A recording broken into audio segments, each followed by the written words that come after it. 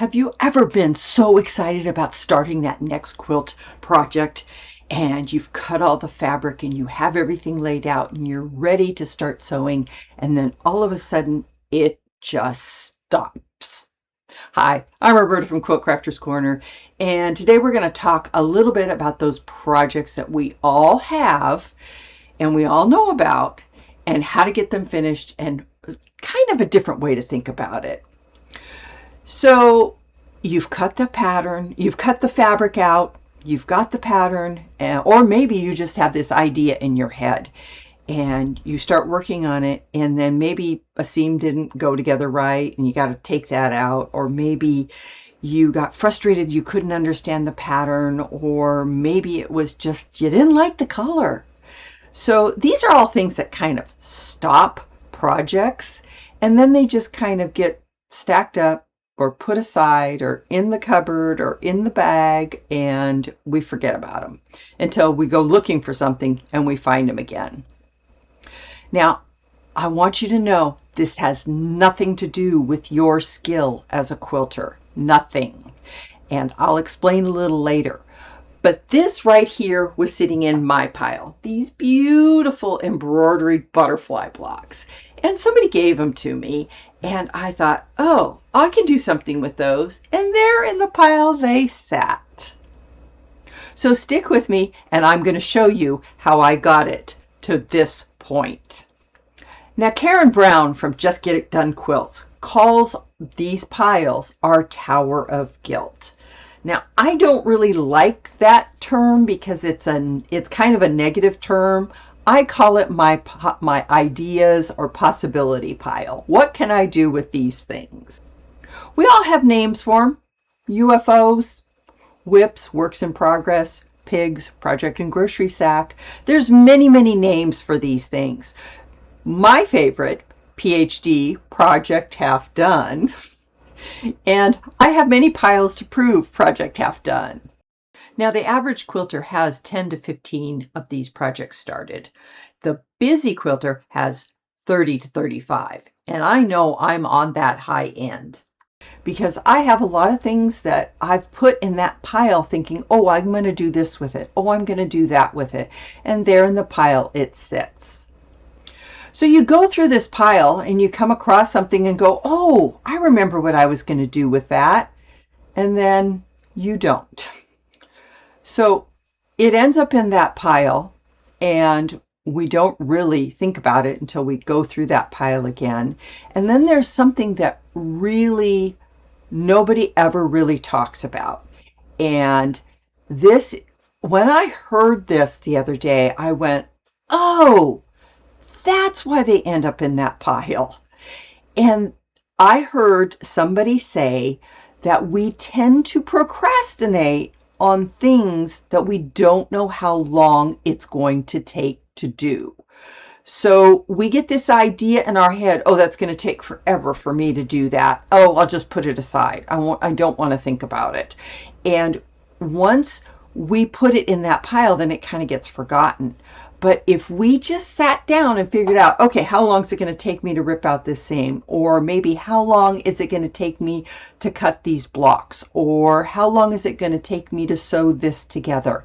Once we start figuring out those things, it makes it much easier to get it done.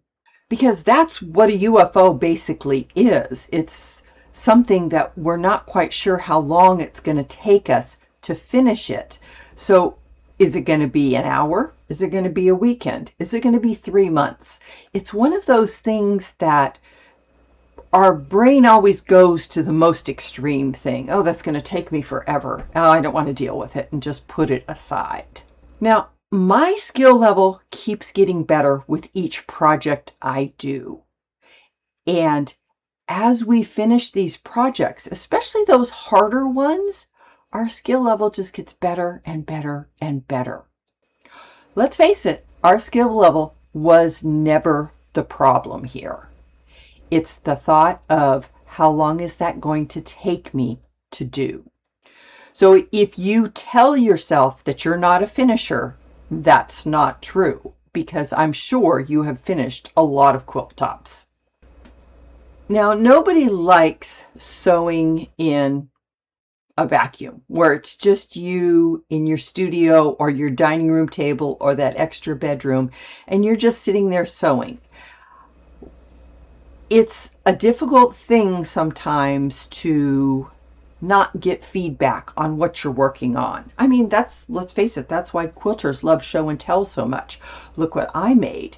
And it's one of those things, it's always done better in a group type situation. That's why I love my weekly sewing that I go and do. What I do is I take projects like this and bundle it all up and take it and put it on the table and say, okay, this is what I'm working on. And it's amazing. It's absolutely amazing, the ideas that I never thought of that somebody else is going to bring to me and say, oh, you could do this with it, or oh, you could do that with it. This is what I love about groups so much. It just makes it so much easier to get projects like this done, finished, and out of my house. So the other idea about UFOs, and this happens a lot, I know it happens to me, and in particular, this happened to a friend of mine.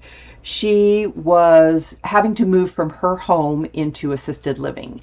And she had a beautiful 3-bedroom, 2-bath house with a garage and a shed in the back. That 3 bedrooms were filled with fabric, and the sewing room was filled with fabric, and the garage was filled with fabric, and the laundry room was filled with fabric. So we took, it was 2 or 3 months going through all of the boxes and everything that she had in her house, what she was going to keep or what she was able to keep and what had to go. And the projects that we found in boxes, in bags, stashed here, stashed there, everywhere, we started pulling them out and, oh, I can finish this. She'd put it in her pile to keep. Oh, I don't want to bother with that. And she'd kind of put it aside and think about it. And some of them, a lot of the projects she already started. She decided, I need to keep these. I need to finish them because I started it. That's kind of how she felt about it. And that was great, because we got a lot of stuff kind of sorted out, cleaned out, and things that she was going to keep and things that she was going to let go. Now, in that search, or that 2-3 month period, we found 10 quilt tops that were already done. They just needed to be quilted. And by the time I got to the point where they needed to get done because they were going to, move her, I had 47 quilts that needed to be quilted, and I had 8 days to do it in. And yes, it is possible. They were long days, but 47 quilts in 8 days is definitely possible and doable. I have pictures to prove it. So these are all things that we kind of hold on to and don't really understand why we're holding on to them. Let's get them out. Let's get them done. And let's move them out of our house and into a useful place where they can be loved and cherished. So here's what I promised you at the beginning. This is not about skill. It's about getting it done and figuring out how long it's going to take us to do. Because once you break that time down, it gets done so much faster. Oh, that didn't take as long as I thought it was going to do. Oh, that seam came out quicker than I thought it was going to. All of these little things that we think, oh, that's just going to take forever, and we get frustrated and we put it aside. Get them out, let's get them done, and let's move them along in their path for where they're going to go. Now, to be perfectly honest with you, this did not turn out as well as I wanted it to, but it's done. And it's going to be quilted, and it's going to move on its way, and it's going to go to somebody who's just going to absolutely love it. I can see some little girl just loving these butterflies, or even some elderly person going, oh, look at those beautiful butterflies as a lap quilt. There's many purposes for this quilt, and it's going to go to somebody who cares and appreciates it, because 99% of the quilts I make goes to charity. Okay. I want you to do something for me. I want you to go in those cupboards, under the bed, wherever you have them stashed, get those UFOs out. Get those projects half done, whatever you want to call them, the pile of ideas. get it out. Let's find out how many you have. I would really love to know how many you have. You tell me yours, I'll tell you mine. And this is just a number. This is no guilt attached to it. This is just a number. Let's look at it as an adventure. How can we get these finished? How can we find a good home for all of these projects that we started? Now, if you would like that checklist or PDF on how to keep track of what it's going to take you to finish it, there's a link in the description. Click that link, you'll join my email, and then that way, if you're having trouble or you need some help, just let me know and we will figure it out together, because it always works so much better when you're around other quilters and you get other ideas. That's what I love about quilting. It's so individual. You can hold up a stack of fabric and everybody sees something differently. So let's think outside the box and let's start looking at those projects that we have that we need to finish up. Now, if you don't have a group like I do to take and share these with, I'm working on something there, so I'll share something with that further in the future. In my next video, I want to talk about what nobody wants to talk about, and that's money. How we spend our money on quilting. When it's okay to spend money on quilting, or deciding the rules maybe that you have for yourself on what you can spend money on. So I hope you will join me for that one. And until next time, happy quilting.